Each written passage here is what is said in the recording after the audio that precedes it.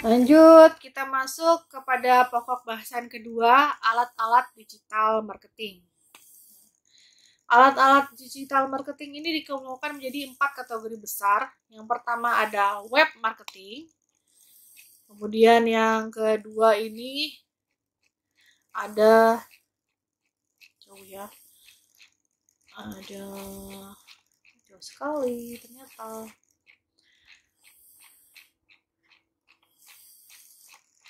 Email marketing, kemudian messenger marketing, dan yang terakhir sosial media marketing. Baik, yang pertama ada web marketing. Nah, ketika kita bahas web marketing, berarti basisnya adalah penggunaan web, penggunaan website untuk pemasaran. Oke. Alat-alat digital marketing yang termasuk dalam kategori web marketing adalah yang pertama Google Autocomplete, Google Trends, Google AdWords, website incoming link atau backlink, pay-per-click, artikel, landing page, download bonus, voucher diskon, penawaran terbatas atau special offer, blogging, dan forum. Yang pertama, Google Autocomplete. Google Autocomplete ini dikenal sebagai Google Suggestion, sebuah fitur Google yang memudahkan pengguna melakukan pencarian subjek pada mesin pencari. Nah, jika konsumen atau target khalayak perlu menuliskan kata-kata yang ingin dicari pada kolom pencarian Google, maka Google akan memberikan saran. Ya. Bahkan sebelum kita selesai menulis, dia sudah memberikan suggestion. Dengan menggunakan Google Autocomplete ini, Anda perlu yang dilakukan perlu meningkatkan kepopularitas ataupun informasi terbaru yang sedang booming di pasaran sehingga bisa melihat kebutuhan orang yang benar. Oke, ini contohnya. Kita masuk misalnya ke Google. Nah, kita ingin tahu tentang web market.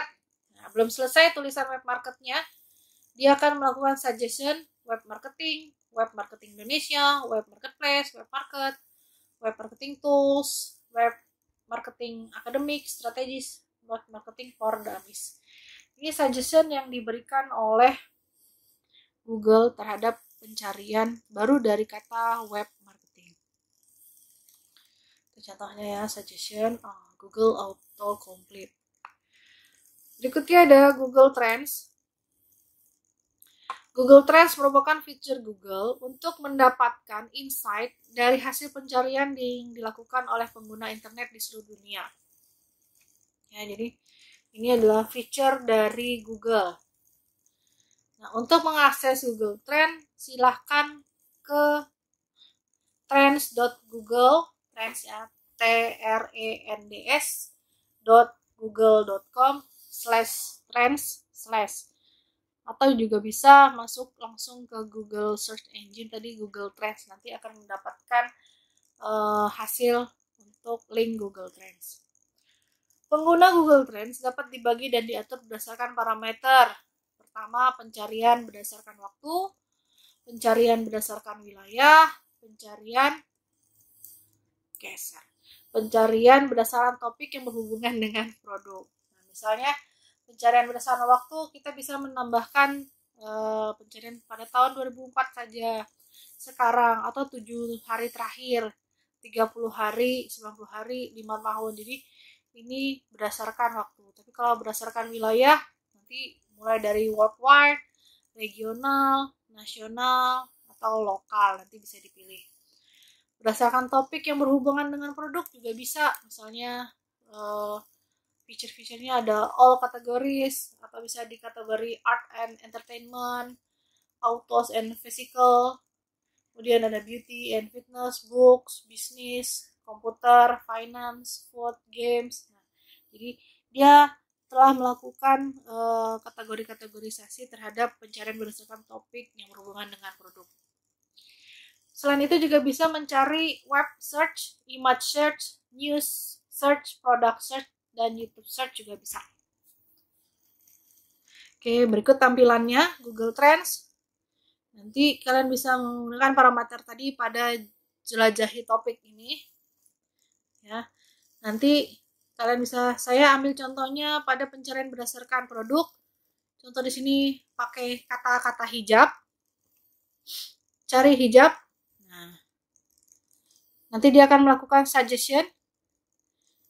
Hijab siapa nih misalnya? Hijab Riyad, hijab Farid, hijab apa? Nah, tinggal kita pilih. Kalau hanya hijab saja ya sudah kita ketik hijab.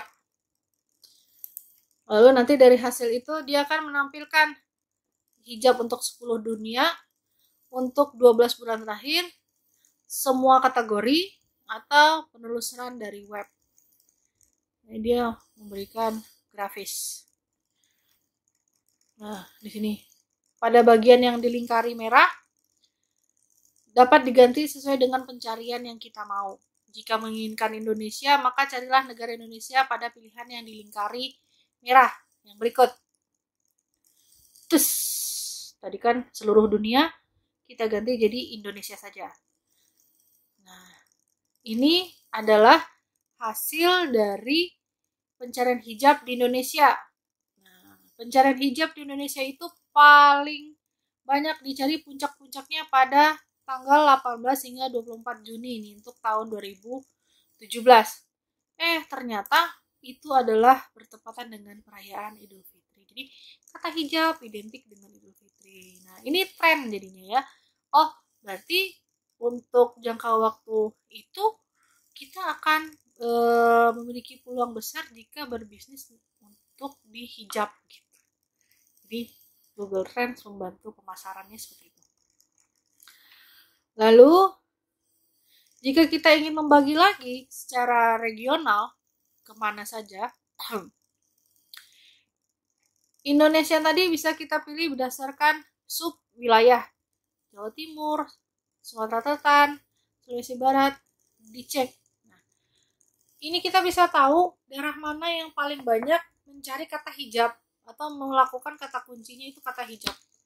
Nah, ternyata dari 5 provinsi ini, Jawa Timur itu punya 100% pencarian tentang hijab.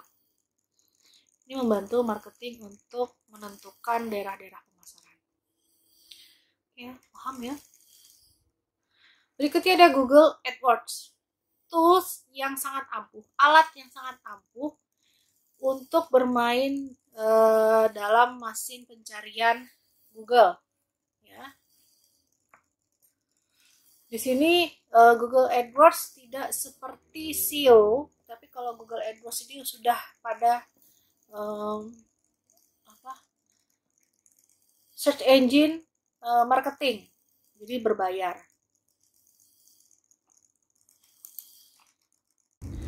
Hal-hal yang harus diperhatikan sebelum menggunakan Google AdWords adalah sebagai berikut. Tidak dapat digunakan pada produk yang belum dikenal orang. Tidak sesuai dengan produk yang spesifik atau eksklusif. Tidak sesuai jika pasar produk sangat kompetitif, karena Google akan menerapkan sistem lelang yang menyebabkan budget iklan besar.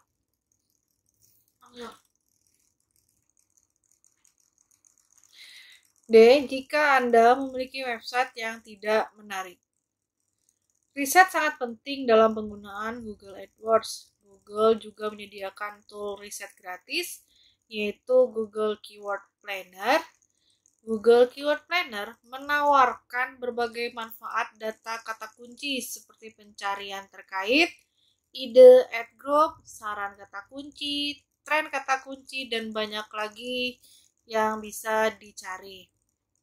Untuk menikmati layanan ini, marketer harus memiliki akun Gmail ya, dengan mengakses adwords.google.com/home/ dan klik kemudian mulai sekarang seperti di gambar ini. Berikutnya, website. Penggunaan website sangat penting karena pada saat ini orang cenderung akan mencari informasi melalui website terlebih dahulu. Sebesar apapun usaha pemasaran, jika tidak memiliki website, maka orang akan sungkan untuk berbelanja di tempat Anda.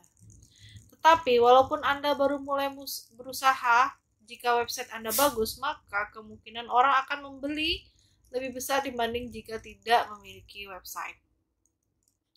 Banyak cara yang bisa dilakukan marketer untuk membuat website. Jika terbiasa dengan blog, maka bisa menggunakan WordPress, Blogger, ataupun Blogspot sebagai platform untuk website. Tapi jika tidak terbiasa menggunakan blog, maka dapat menggunakan web builder untuk membangun website. Web builder biasanya telah menyiapkan template website sehingga pengguna bisa langsung memasukkan data ke dalam template yang ada. Beberapa web builder gratis yang bagus di sini adalah Zyro.com, Wix, Snappage, Webs, Webnode, dan Google Site. Lalu berikutnya ada incoming link atau juga dikenal dengan backlink, adalah sebuah link yang datang dari website lain menuju website kita. Manfaat penggunaan backlink atau incoming link adalah website kita akan mendapatkan pengunjung dengan cara menaruh backlink pada suatu website, ya, artinya beriklan di website orang lain, dan ketika pembaca yang ada di web sudah terkenal situ tertarik dengan website kita, dia akan mengklik link yang ada menuju website yang kita buat. Backlink akan membantu website memiliki ranking yang tinggi dalam pencarian. Backlink memberikan informasi pada mesin pencari bahwa website yang mempunyai popularitas terhadap topik-topik tertentu, sehingga menjadikan backlink cara terbaik untuk melakukan pemasaran. Berikut saya berikan contoh dari backlink pada website, yaitu Yahoo News. Kemudian juga bisa kita lihat pada contoh di sini suara.com, ketika kita ingin memberikan backlink pada kata yang disorot, ya, diberikan warna berbeda. Next ada pay per click atau disingkat dengan PPC, adalah setiap kali ada orang yang mengklik iklan kita atau iklan pada suatu website akan menuju website yang kita buat. Di sini pay per click berbayar dengan sejumlah biaya per sekali kliknya. Jika PPC didesain dengan bagus, maka biaya yang dikeluarkan untuk membayar Google untuk pay per click akan terasa kecil dibandingkan hasil yang diterima. Berikut contoh dari PPC berbentuk visualisasi iklan yang nanti akan mengarah kepada website kita. Ya, bisa dilihat contohnya. Ya, yang di tanda panah itu berarti pay per click ads. Lanjut adalah menulis artikel. Menulis artikel telah menjadi salah satu cara yang efektif untuk mendatangkan pengunjung website. Apapun jenis produk yang ditawarkan, dengan menggunakan artikel sebagai salah satu cara untuk menciptakan minat dan membangun dasar terpenting dalam penjualan, yaitu kepercayaan. Sebuah artikel yang ditulis dengan baik, penuh dengan konten berharga, akan membangun kepercayaan hingga akan mengarahkan untuk terjadinya pembelian.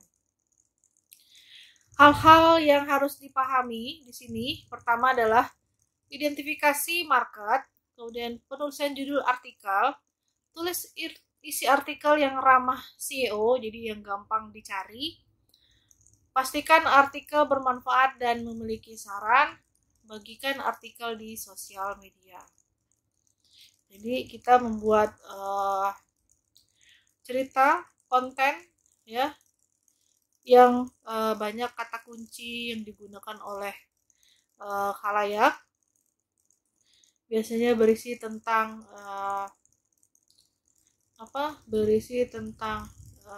pendapat, saran, ya, hal-hal yang bermanfaat, tutorial, edukasi, dan bisa dibagikan di media sosial.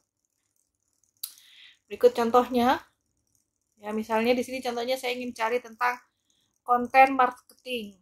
Nah, ketika kita membuat artikel tentang konten marketing, nah usahakan kata-kata yang ada di dalam artikel tersebut ramah SEO. Nah, di sini ramah SEO ini misalnya konten marketing. Kalau ketika orang mencari konten marketing, nanti di Google Search Engine muncul artikel kita. Karena banyak sekali kata kunci yang kita gunakan yang identik dengan kata kunci yang dicari oleh klien.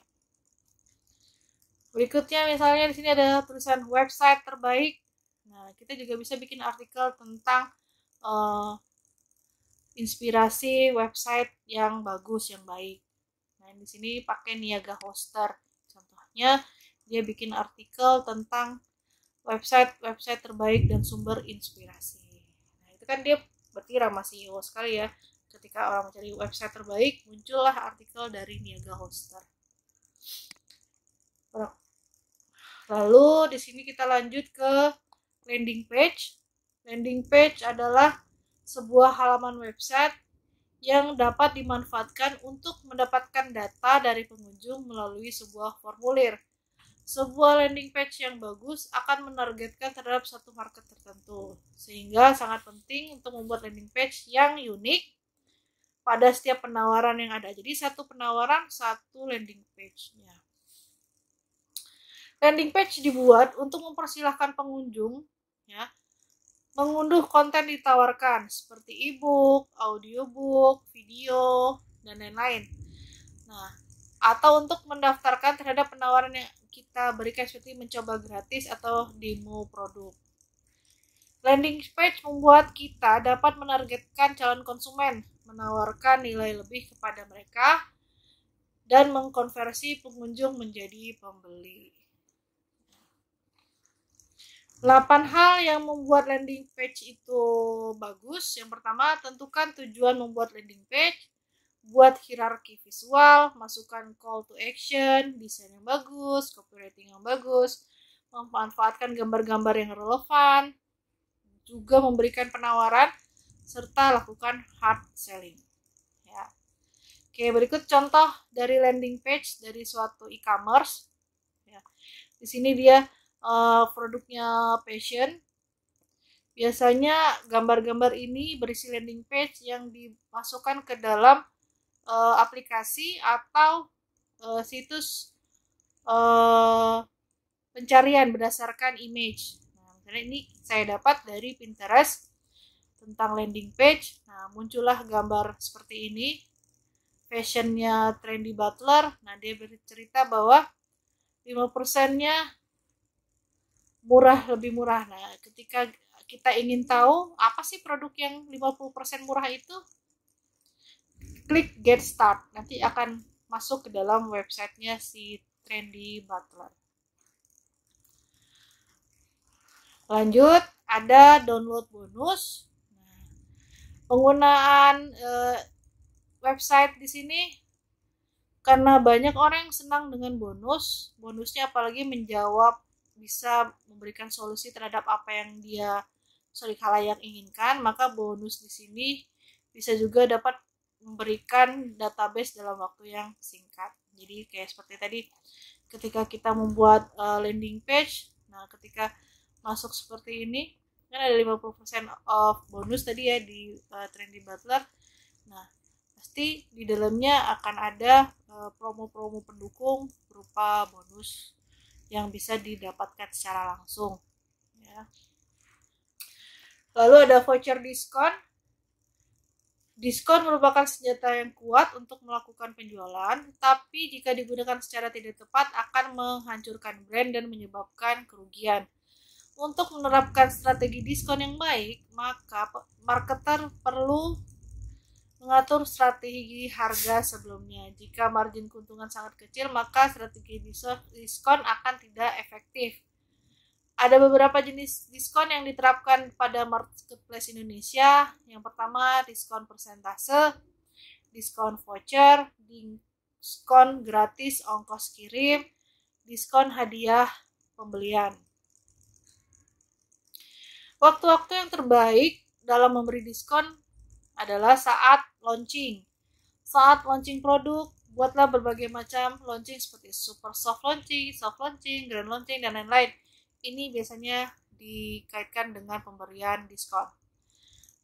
Berikutnya, waktu kapan? Hari libur nasional. Nah, biasanya di sini berpartisipasi pada setiap libur nasional, memberikan diskon berdasarkan hari libur tersebut. Misalnya ulang tahun Republik Indonesia ke-73 atau 71, maka diskonnya 71%, atau diskon pada 71 orang penawar pertama. Ya, gunakan cara-cara seperti itu. Atau misalnya menggunakan waktu hari spesial.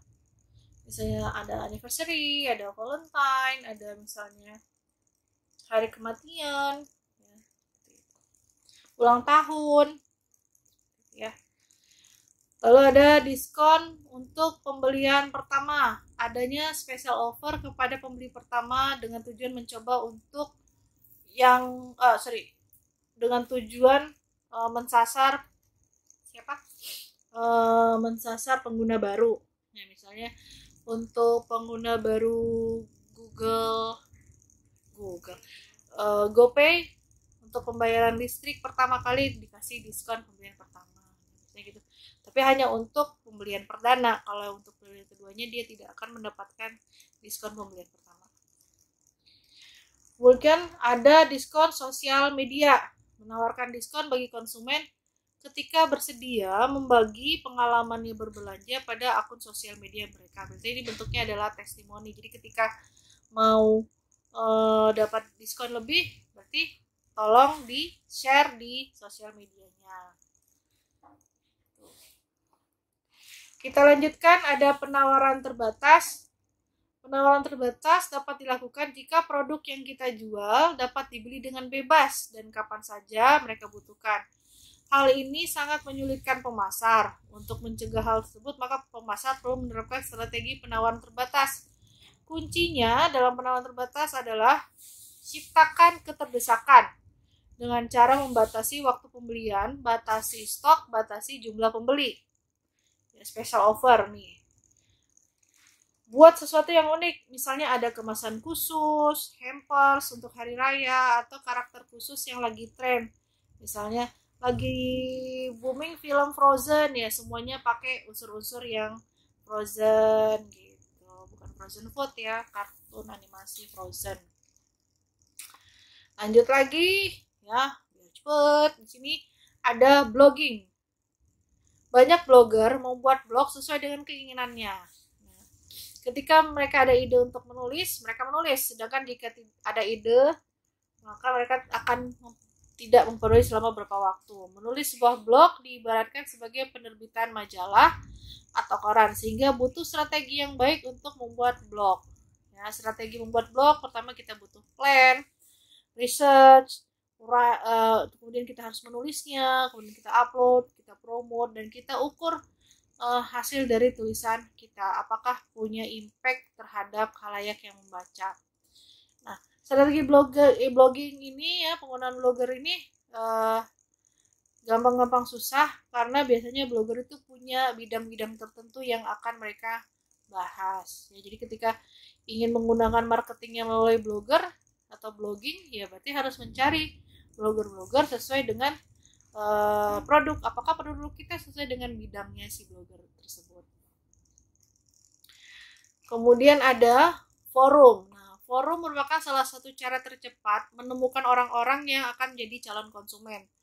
Nah, kalau kemarin kita belajar tentang adanya komunitas. Nah, forum ini adalah salah satu dari bentuk komunitas. Nah, komunitas ini bisa online, bisa juga offline. Ada beberapa hal yang harus diperhatikan jika ingin melakukan pemasaran pada sebuah forum. Karena biasanya forum melarang anggota-anggotanya untuk berjualan demi kenyamanan dari semua anggota. Hal yang perlu diperhatikan sebelum pemasar bergabung kepada suatu forum adalah kita harus tahu nih, forum tadi sesuai nggak bidangnya dengan produk yang kita tawarkan. Nah, selalu hadir pada setiap diskusi sehingga kita terlihat loyal terhadap forum yang ada. Perhatikan kondisi forum sebelum melakukan prospek. taati peraturan forumnya. Nah, jika tidak tahu, bertanya kepada admin forum.